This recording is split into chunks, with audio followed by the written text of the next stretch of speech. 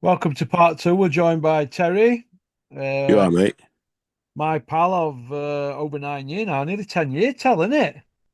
Yeah, man. It's been a while. We aren't even at coats off. Yeah, that's good for me. That. Hey, mate, listen. Well, wait till I get my leather jacket and my tracksuit. Yeah, fuck off you with that. You know what, right? You know Max outside my house, pipping on, going, hurry up, hurry up. And I'm on bed with a bag coming off each stomach and nurses there wiping me up and that. I'm like, 2 minutes, Max. So I just threw an Under Armour trackie on and my black leather. I thought, this don't look right. Very northern, wasn't it? I love that. Drove an hour But, to get here. Get us sent hey, round corner. yeah, it's taking you. Yeah. You know, you sound like when you do that, Nicky Smedley. Ah, Right, part two. Rhino's put a post out saying that he's done 8,000 tickets and people have queried it and it's the show's done 8,000. So we're hearing. Do you believe that? Because there's people in Sheffield who are saying they don't believe it. well, who else is on the card? I soon tell Rhino, Josh Padley. Yeah, So no one's really, watching as that, man. regards ticket sellers, so I don't know, but I do know the company that do the lighting and that, and we all know the tricks of the trade, don't we? With the colours. Yeah, So it is what it is. I don't know, but if they have done 8,000, that's really good. They'll get a few stragglers on nine a night. They might sell it out 10,000. You never know. It should be unheard of. That'll be the first time since the full Monty with Naz and I were at that show, and that were 28 years ago. but I think what Hearn's probably done here is he's got the young boy, hasn't he, Leo Atang. So he'll get fans down from York. I'm sure there's someone from Leeds on the card, He's and been then pulled off, hasn't he, Leo Etang? has he? He's not on the card yet. All we've got is Rhino ranked 77 against Makhmadov, ranked 31. Josh Padley ranked 25. He was ranked 24 yesterday, by the way. 25. Reese Bellotti 71. That's not a bad fight, that, but Bellotti's finished, isn't he? Junaid Boston ranked 72 against Bilal Fawaz, ranked 154. Okay, Ibrahim interesting. Suleiman, 129 against ranked 302, James Cherry. Connor Tudsbury, 338 against TBA. Amz- Amzad Uddin, 86 versus TBA. And Kane Baker, 1,087 ranked against Joe Howarth, ranked 244. So he's Dave When you Allen's put it fight in the like that, show. Hey? that's terrible. That is, what's how would you describe it? That is Sure. baba. Right. Well, if you go onto the box rate rankings, it said he earns fifth worst ever rank. If you how you do this, you add all the rankings up and divide it by each fight. So that's you add it, and if you add it up, you will see that it's Eddie Earn's fifth worstest ranked show in his full career of 15 year. But they're telling us it's a great card. Now the headline act is a guy ranked 77 against 31. That's the headline act. The highest ranked guy on the show is Josh Padley, 25. He's chief support. So the main event is a guy ranked 31 against 77. Then we've got a 25 against a 71, which is probably similar to that. So I'd say Padley wins and Makhmadov wins. But other than that, you've got guys ranked nearly 1100 and a couple of TBAs in. So nobody's getting paid on that. It looks to me like a lot of it will be ticket based. And I think that what you're going to get here is people behind the scenes saying they've done loads of tickets, but they aren't, and then they get a bit of money with it, and it just keeps the promoters happy to think we'll have them on again.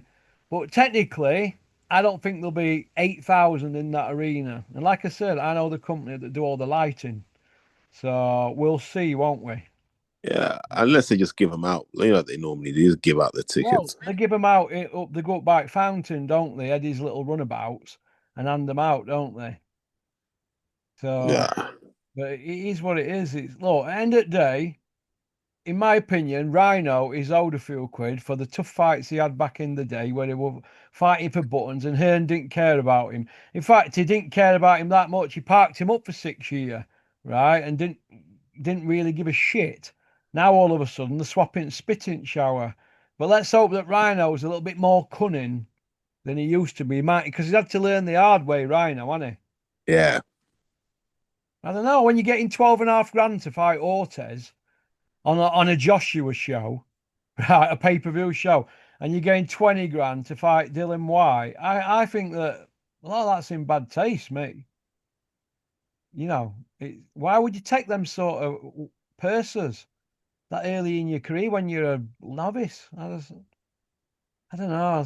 And then you're fighting David Price and Yoker and people like that, proper hard punchers. It just, I don't know. I just hope that he gets a few quid and gets out of the job. But I've heard yesterday that Rhino was on about fighting till he's Chisora's age. So we've got another 10 year of Operation Rhino. Mate, they all have, right? Think about this. They're all going to fight till the 40s because they've seen what can happen and what money's on offer. But these people are not going to go from the sport. When they get flogged like Dylan White, they're going to say, I got caught cold. I got caught cold. I've still got it. I'm this, I'm that. That's what we're going to get.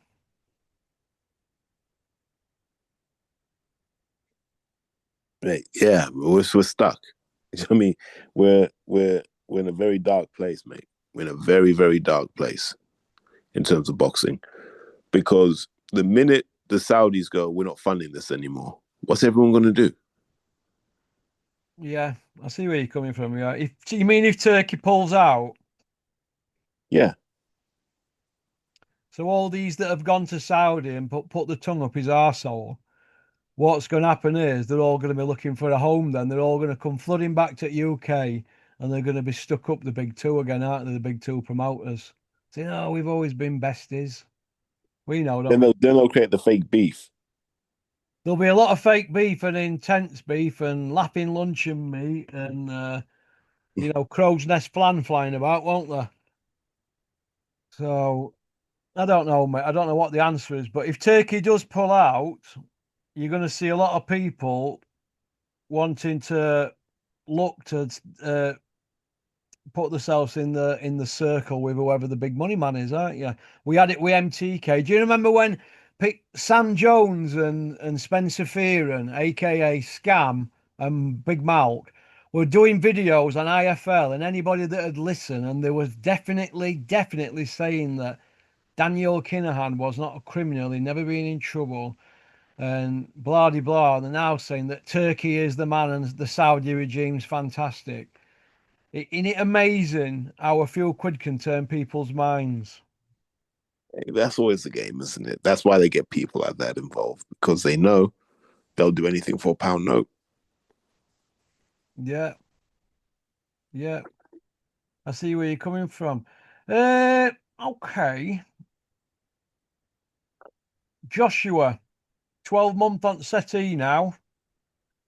Fury says he's retired. What's going on here, mate? Um, Well, what they're going to, first of all, what can they do with Joshua? And has Eddie Hearn got any pull anymore? Because it looks to me like he's having to wait on Turkey, whereas before Eddie used to make his own moves, didn't he? um, how can I say this without not? How can I say something without saying it? If Joshua could have fought in the UK, he would have fought by now. That's all I'm going to say on that topic. If Anthony Joshua could fight in the United Kingdom now, he would have fought already. Yeah.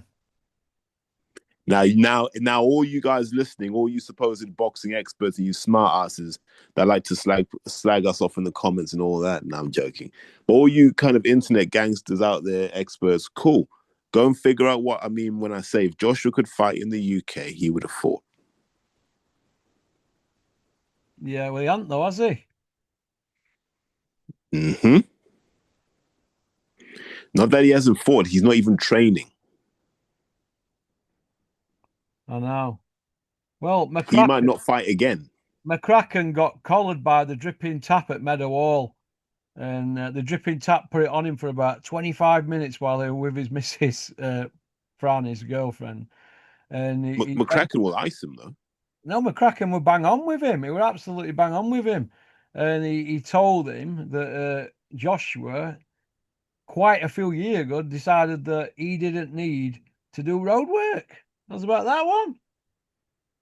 McCracken fucking telling total strangers that. What's all that about? Well, listen, road work is going to be his downfall, Porky. That's all I'm going to say. Road work is going to be his downfall. You think? Yeah. Well, his downfall, in my opinion, has just been nothing really. He's on his way to 500 million, but his downfall for me, Joshua, only thing you can pick apart of his career is he didn't start it earlier. He should have started it 10 years earlier and he might have been where Usyk is now. But he would have been 12. Well, he didn't start while he was 19, did he? 18. Oh, probably 17. Well, whatever. So Usyk started when he was a lot younger than that, didn't he? I don't think Joshua would have got close to Usyk. You have to remember two different systems, right? The Ukrainian system filters out everybody. The British system filters everybody in. What do you mean filters out everybody? So the only people who box competitively in Ukraine are the ones who have proven themselves to be good already. So when you're a kid, you do about 5 different sports in primary school, right? Then they find the one that you're best at, and then you do that sport. And you remember in the old days, Russ, you'd get like school footballers, city footballers, county footballers, and then you end up in a center of excellence somewhere, and then you might get a pro contract, right? Yeah. So that's how they used to filter you out back in the day. Now they scout you and bring you into an academy and have you in for a couple of days. But that Ukrainian system filters out people who aren't going to be good at boxing. And it does it early and it just goes, go and do wrestling or basketball. So Usyk was one of the kids who they said, this guy can actually box. He's good. And so you're only ever around other people they determine are good enough to box. Yeah. Well, he's a sublime boxer. Did you see the Talksport thing where they were talking about pound for pound and this and that? Can I just get your opinion on this? But I'm going to give you my opinion first. For me, Usyk's the best because he's fighting guys 3, 4 stone heavier. I know Crawford, he's fighting Canelo and he's a stone heavier than him normally, but Usyk's fighting bigger men, isn't he? So for me, he's the best. But can I just get your opinion on who you think the pound for pound guy is? Good question. I think Inouye's in that list. He might be up there because you got to think about him. What did he start at? Like 112, 115? Oh, Inoue. yeah, I think it was something like that. Like we were a really small weight, wasn't it? Yeah. And what's he now? Feather? Yeah, but he's not coming up 3 or 4 stone though, has he? But no, Usyk. Usyk's come up. Because remember, he's not weighing in as a heavyweight, so we don't know what he weigh. We don't know what he Usyk's refueled to. 224, right? And he's fighting guys 282, so Right. that's a bigger weight disparity than anything that Inoue and Crawford are doing in it. Although they're the Yeah, big but three, but aren't they? but you're fighting donkeys. Do you know what I mean? Like when Crawford's in the ring against Spence, that's not a donkey in there. That's someone who knows how to box, who knows how to move. When Inouye's in there with guys like Stephen Fulton, etc., and Neri, those are guys who know how to fight, guys who know how to move, highly skilled guys in their own right. Usyk's just fighting big lumbering lummoxes, really. Who like Joshua and Dubois and They're, Phil. yeah, but those aren't highly skilled guys.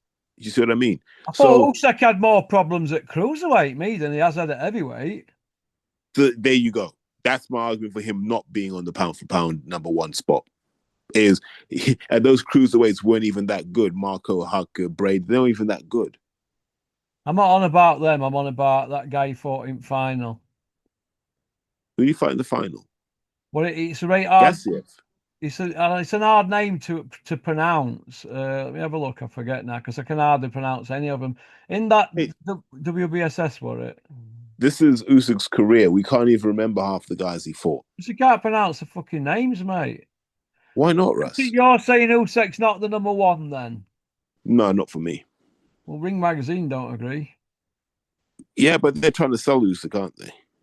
Yeah. Well, I think Usyk, if he's getting in with people that have got that much weight advantage on him, I think that's commendable, Terry, myself. Why? When he's just more mobile than them and he can just get out the way Well, when he that's their feels like. fault, isn't it? If he at heavyweight, you can fight whatever weight you want. Well, why don't we start throwing middleweights in with heavyweights then, if that's the case? Well, Roy Jones tried that, and it Right. was relatively successful. Yeah, well, only against one guy though, wasn't it? John Ruiz. You know, James Toney did it. Holyfield, Sam Peter twice. Well, he had Gassiev in final, 26-0. In semi-final, he had Marius Bradis, 23-0. Don't give me numbers. I saw the fights. Those guys donkeys. What have they done since? Glastonov 20, Glowacki 26-0. What have they done since? It don't matter because Usyk took the No, salt. no, it does. Because I asked the same question about Pacquiao. Pacquiao had a whole career after he lost to Mayweather. These guys didn't have careers after Usyk. They were just there. Do you know what I mean? It was just a way of just kind of cleaning up a very unsexy division. And I give Usyk credit for doing that, but you're doing that against. You're the guy that tells me this isn't a great generation of heavyweights, Russ. Do you know Yeah, what I mean? I Like, agree. We agree, but he's the best of the bunch, isn't he? yeah, but I'm saying to you that those guys like Inoue, the guys in the smaller weights are just having to have harder fights because the talent pool's a lot deeper down there. Either that or Usyk makes it look so simple. I mean, he's took 5 zeros off 5 world champions. You know, you can't do any more, can he? No, no, no. I'm not. Like I said, my thing is who's had the harder. Look, I argued for a long time that Jamel Charlo should have been higher up on that list because of how he got to undisputed. He His went stale, undisputed is didn't yeah after the Canelo fight, yeah. But mate, I'm telling you now, for me, he's the he's the guy. When you talk about undisputed, his undisputed run is the one that I look at and go, that's the benchmark. None of the other ones matter to me. he? Yeah. Yeah, But that's it. no, he's not top of my pound for pound list. He can't be. No, no, just because generally I'd never give it to a bigger guy. I just think the talent pool at that level is not deep enough. Yeah. That doesn't mean I don't respect him and rate him. I'm just saying if we're looking at it, like Porky Russ would, you Mm. know. I'm an Usyk fan, but I'm going to take the bias off, right? I just think that, all right, somebody said to me, why are you an Usyk fan? You're disrespectful to Brits. Well, because it's just because I cheered Usyk against Derek Chisora, right? Yeah. Derek Chisora, donkeys years ago, when he fought Caballel, his close friends like Fury and other people, Eddie Hills and all that lot, were all saying he was finished then. So why can I get behind a guy that's finished getting in there with Usyk? I just think he's just taking piss. So I backed Usyk, and I've had a lot of stick over it. Disloyal, you're disrespectful to your country, and whatever. I back Usyk because he conducts himself like I think an heavyweight champion should. Do you agree, Terry? Um, I rate him and I respect him. Would I want my heavyweight champion to be like Usyk? Nah, he's not my cup of tea. Mm. No? No, I watch him and go, mate. Sometimes I watch him and go, not my cup of tea. But maybe that's just for the cameras. So I don't want to judge him because, who am I really? Okay. But Well, no, for me, pound for pound, Inoue for who he's done, Canelo on legacy, I think is a fair shout. yeah. Over Usyk, especially like Canelo's had that longevity at the top. Do you know what I mean? Like where he's been the guy in boxing and he's carried that. Yeah, but let me just point out, Canelo's had it all his own way. He's been the A side. Usyk's been the B side on the hard road. But you got to fight. Like fighting's fighting. You got to fight people. And Canelo has fought more people than Usyk, and has fought more people likely to go into the Hall of Fame than Usyk. Well, you're gonna get a bit of stick for that comment, Terry, on the comments. Don't bother writing anything. Listen, honestly, save it. Like, Save your save your energy. anger. Save it. I don't care. Save it. Okay, okay. If it's too vile, I'll remove it. Right then, we'll go on to part three then, Terry, and wrap it up, okay? I'll All right, send mate. it No worries. now. Send the link, though. Cheers, I'll send it now, I promise. All right. All right. Subscribing and leaving a comment. Some strong points made there by Terry that I do not agree with. I don't know if he does it just to get under my skin. He's a wind-up merchant. Even came to my barbecue and were putting the Terry moves on me. He always has to be controversial. Okie dokie. Don't forget to click on the link pinned up in the comments section, human nutrients. That's about it, really. I'll see you on part 3. Pop, pop, bang. Don't forget to subscribe as well and put some respect on the pork.